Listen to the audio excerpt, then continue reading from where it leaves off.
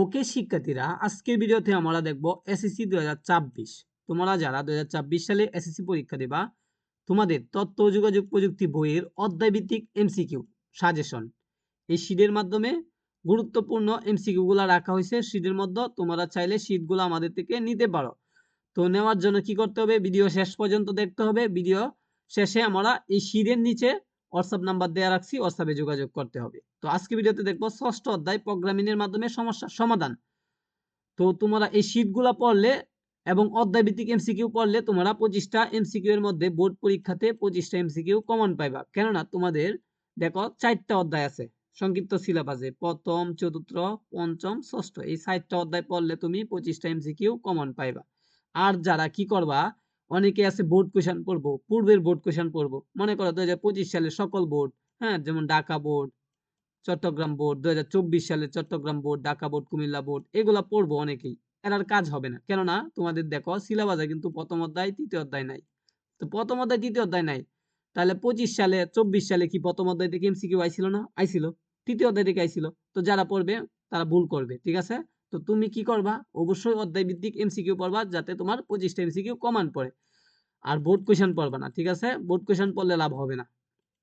তো তোমাদের লাভ করতে হলে কি করতে হবে, অবশ্যই এমসিকিউ পড়তে হবে অধ্যায় ভিত্তিক। তোমরা চাইলে শীটগুলো নিতে পারো এবং আমাদের এই ক্লাসগুলা করতে পারো। তো চলো আমরা দেখি। তো এমসিকিউ গুলা চলো শিখি, মনোযোগ সহকারে সবাই শিখবা, যাতে পরীক্ষায় আসলেই তুমি কি করো, পারো। তো ডাটাবেসকে কি বলা হয়? ডাটাবেসকে তথ্যের ভান্ডার বলা হয়। তথ্যের যে একটা ভান্ডার আছে না, এই ভান্ডারকে ডাটাবেস বলা হয়ে থাকে, মনে রাখবা। ডাটাবেস কি ভিত্তিক পদ্ধতি? কম্পিউটার ভিত্তিক পদ্ধতি। এরপরে দেখো, ধরো ডাটাবেস কি তুমি বুঝাই। ধরো 2016 সালে বিশ্বকাপ ফুটবল খেলা বা ক্রিকেট খেলার থেকে কি তথ্য ছিল, সকল তথ্য কিন্তু তুমি এখন ডাটাবেসের মাধ্যমে পাওয়া যাবে, ঠিক আছে? বের করতে পারবা। তো এটারই বলে ডাটাবেস। কম্পিউটারে তুমি চাইলে সব কিছু তথ্য বের করতে পারবা। তারপরে সাকিব আল হাসান কত রান করছে, ধরো 2015 সালে, 2016 সালে মুশকিব কত রান করছিল, সকল তথ্য তুমি ডাটাবেসের মাধ্যমে বের করতে পারবে। আশা করি ডাটাবেসটা বুঝতে পারছো। এরপর একটা উত্তর কিন্তু ডাটাবেস। এরপর একটা দেখি, সংরক্ষিত তথ্যের ভান্ডারকে কি বলা হয়? ডাটাবেস বলা হয়। এরপর একটা ডাটাবেস। অসংখ্য উপাত্তের সুসজ্জিত তালিকা কোনটি? ডাটাবেস। এরপর একটা ডাটাবেস। এরপর একটা দেখি, কোন প্রোগ্রামের মাধ্যমে, আচ্ছা এটাও ডাটাবেস। এরপরে দেখি, একজন ব্যবহারকারী প্রয়োজন অনুযায়ী যে কোনো মুহূর্তে তথ্য আহরণ করেন কোনটি থেকে? ডাটাবেস থেকে। আশা করি ডাটাবেস তোমাদেরকে বুঝাইছি, যেভাবে বুঝাইছি তুমি বুঝবা। ডাটাবেসকে কি হিসেবে উল্লেখ করা হয়? তথ্য ব্যবস্থাপনার পদ্ধতি হিসেবে উল্লেখ করা হয়। আরেকটা দেখো গুরুত্বপূর্ণ এমসিকিউ, এটা অনেক বোর্ডে আসছিল আগেও। তো ডিতে হলো ডাটা, বিতে বেস, এমতে ম্যানেজমেন্ট, এসতে সিস্টেম। তো ডিবিএমএস এর পূর্ণরূপ হলো ডাটাবেস ম্যানেজমেন্ট সিস্টেম। এটা কিন্তু তোমরা শব্দগুলা মুখস্থ করে রাখবা, ডাটাবেস, হ্যাঁ, ওয়ার্ডগুলা মুখস্থ করে রাখবা, তাহলে ভুল হবে না। দেখো সিস্টেম 4টাত আছে, ম্যানেজমেন্ট 2টাত আছে, 2টাত নাই। এরপরে ডাটাবেস এটাত আছে। এরপরে এই বানানগুলা মুখস্থ করলে তুমি পারবা, নয়তো পারবা না, ঠিক আছে? এরপরে ডাটাবেসকে তথ্য ব্যবস্থাপনা পদ্ধতি বলা হয় কেন? ডাটাবেসের তথ্য ব্যবস্থাপনার কাজে ব্যবহৃত হয় বলে ডাটাবেসকে তথ্য ব্যবস্থাপনা পদ্ধতি বলা হয়। এরপরে দেখে, একটি ডাটাবেস কি দ্বারা গঠিত? কলাম ও সারি দ্বারা গঠিত। ডাটাবেস কি দ্বারা গঠিত? কলাম ও সারি দ্বারা গঠিত। এরপরে দেখি আমরা, আচ্ছা, ডাটাবেস প্রত্যেকটি কলাম একটি করে কি থাকে? শিরোনাম থাকে। ডাটাবেসের প্রত্যেকটি কলামে একটি করে শিরোনাম থাকে। ডাটাবেসের কলাম কি ধরনের ডেটা আছে তা কি দ্বারা বোঝা যায়? শিরোনাম দ্বারা বোঝা যায়। তুমি কি ধরনের ডাটা আছে শিরোনামটা দেখে কিন্তু বুঝিয়ে ফেলতে পারবো, ঠিক আছে? ডাটাবেসের হেডিং ও শিরোনামগুলো কি নামে পরিচিত? ফিল্ড নামে পরিচিত। ডাটাবেসের পাশাপাশি কয়েকটি কলাম সমন্বয়ে কি গঠিত হয়? সারি গঠিত হয়। ডাটাবেস প্রত্যেকটি সারিকে কি বলা হয়? ডাটাবেসের প্রত্যেকটি সারিকে রেকর্ড বলা হয়। আচ্ছা, এরপর একটা শিরোনাম। এরপর একটা, একই সারিতে কয়টি ফিল্ড মিলে কি তৈরি হয়? কয়েকটি ফিল্ড মিলে কি তৈরি হয়? রেকর্ড তৈরি হয়। কখন থেকে কম্পিউটার ডাটাবেস ফাইলে ডাটা সংরক্ষণ শুরু হয়? 60-এর দশক থেকে। 60-এর দশক থেকে শুরু হয়, ঠিক আছে? এটাও 60-এর দশক থেকে। একটি ডাটা টেবিলের সমন্বয়ে গঠিত কয়টি ডাটাবেস গঠিত হতো? একটি। এরপরে তথ্য সমৃদ্ধ এক বা একাধিক ফাইলের সমষ্টিকে কি বলে? ডাটাবেস বলে। এরপরে দেখো, এটার উত্তর হবে ডাটাবেস প্রোগ্রাম। প্রাথমিক অবস্থায় ডাটাবেস, আচ্ছা এটার হবে কুইরি টেবিল। কোনটি ছিল প্রাথমিক অবস্থায়? ডাটাবেস কি ছিল? কুইরি টেবিল ছিল। কোনটি ডাটাবেসের প্রোগ্রাম?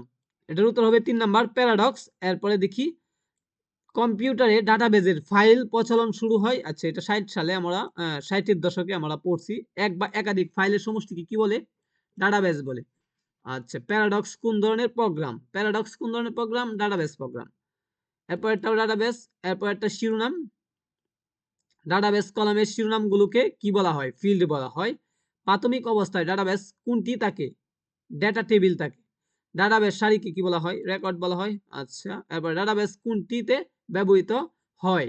কম্পিউটারে, ক্যালকুলেটরে, ঘড়িতে ব্যবহার হয় না। হ্যাঁ, তারপরে টেলিফোনেও ব্যবহার হয় না, হয় কোথায়? কম্পিউটারে। বর্তমানে কোনটি ডাটাবেজের আওতায় বিদ্যমান? মডিউল, মডিউল বিদ্যমান। এরপর বর্তমান কোনটি ডাটাবেজের আওতায় বিদ্যমান? এটা পড়লাম। কোনটি থেকে কলামের ডেটা ও তথ্য সম্পর্কে জানা যায়? হেডিং থেকে জানা যায়। এরপরে দেখো ডাটাবেস থেকে প্রয়োজনীয় উপাত্তগুলো শনাক্তকরণ করা যায়। এটার উত্তর 3টা সঠিক। বিভিন্ন উপায়ে খুব সহজে দ্রুত। ডাটাবেস হলো একটি সফটওয়্যার উপাত্তের সুসজ্জিত তালিকা, দ্রুত উপাত্ত শনাক্তকরণ পদ্ধতি। আচ্ছা এরপর একটা 2 নম্বরটা সঠিক, প্রথমটা এবং 3 নম্বরটা সঠিক। এরপরটা দেখো এই দুইটা সঠিক। আচ্ছা তো আমরা পরে দেখি তোমাদেরকে অনুপাত আকারে যে আসবে, অনুচ্ছেদ আকারে এগুলো একটু বোঝাই। তো এই যে দেখো নিচের অনুচ্ছেদ পড়ো, 62 এবং 63 প্রশ্ন উত্তর দাও। এভাবে অনুচ্ছেদ আকারে তোমাদেরকে একটা অনুচ্ছেদ দিবে, ঠিক আছে? অনুচ্ছেদ দিয়ে বলবে এই নিচের দুইটা উত্তর দেওয়ার জন্য। তোমাকে মনোযোগ সহকারে কি করতে হবে? মনোযোগ সহকারে উদ্দীপকটা পড়তে হবে, পড়ে এটা রিলেটেড দুইটা প্রশ্ন করবে, এমসিকিউ আসবে, এই দুইটা তোমাদেরকে উত্তর দিতে হবে। আশা করি বুঝতে পারছো। ডাটাবেস কিভাবে অজস্র ডেটা সুসংগঠিত করে রাখা যায়? টেবিল তৈরি করে। এরপরটা হবে উত্তর হবে ডাটাবেস। এরপরটাও দেখো উত্তর ডাটাবেস। এরপরটা হবে মেইনিং লেভেল। এরপরটা ডাটাবেস থেকে প্রয়োজনীয় রেকর্ড সমূহ নিয়ে কি তৈরি করা হয়? রিপোর্ট তৈরি করা হয়। প্রয়োজনীয় রেকর্ড সমূহ নিয়ে কি তৈরি করা হয়? রিপোর্ট তৈরি করা হয়। ডাটাবেস প্রোগ্রাম ভুল ডেটা যাতে এন্ট্রি না করা যায় সেজন্য কি ব্যবস্থা করা হয়? ফিল্ডে শর্তারোপ করা যায়। এরপরে দেখো এরপরে 70 নাম্বারটা হবে 2 নাম্বারটা উত্তর। এরপরে 71 নাম্বারটা হবে কুইরি, উত্তর হবে। এরপরে 72 নাম্বারটা হবে ফিল্ড। 73 নাম্বারটার উত্তর হবে তথ্য অনুসন্ধানের জন্য। এরপর একটা ডাটাবেস থেকে তথ্য খোঁজার জন্য কি ব্যবহার করা হয়? কি ব্যবহার করা হয়? এটার উত্তর হবে 4 নাম্বারটা ইন্ডেক্স ব্যবহার করা হয়। ডাটাবেসে কোন ফিল্ডের উপর ইন্ডেক্স করলে কি হয়? এটার উত্তর হবে 4 নাম্বারটা। এরপরটা হবে 4 নাম্বারটা। এরপরটা হবে সূচি। কি দেখে বই থেকে কোনো বিষয় সহজে খুঁজে বের করা যায়? সূচি দেখে। আমরা বই থেকে কিন্তু কোন পৃষ্ঠায় কি রয়েছে তার সূচি দেখেই বলতে পারি। এরপরটা ইন্ডেক্স, এরপরটা ম্যাক্রো। আচ্ছা এরপরটা দেখো 200 এর থেকে বড়। তো তোমরা এগুলা এমসিকিউ কিন্তু গুরুত্ব সহকারে পড়বা। দেখো সবগুলাই গুরুত্ব। তো তোমরা সবগুলো এমসিকিউ যদি পড়তে পারো তাহলে তোমাদের অবশ্যই এমসিকিউ এ ভালো একটা মার্ক পাইবে। হ্যাঁ, 25-এর মধ্যে 25টাই কমন পড়বে, যেহেতু অনেকগুলো এমসিকিউ রাখা হয়েছে তোমাদের জন্য। তো তোমরা অবশ্যই কি করবা? আমাদের সাথে হোয়াটসঅ্যাপে যোগাযোগ করবা। আমরা নিচে যাচ্ছি হোয়াটসঅ্যাপ নাম্বারটা দেখানোর জন্য। দেখো এখানে আমাদের হোয়াটসঅ্যাপ নাম্বার দেওয়া আছে। আমাদের কাছে রয়েছে সকল বিষয়ের উপর শর্ট সিলেবাস অনুযায়ী গুরুত্বপূর্ণ সাজেশন। তো হোয়াটসঅ্যাপে যোগাযোগ করলে তোমরা নিতে পারবা। তো তোমরা শর্ট সিলেবাস অনুযায়ী যদি না পড়ো, অধ্যায় ভিত্তিক না পড়ো, তাহলে তোমরা ভুল করবা, ঠিক আছে?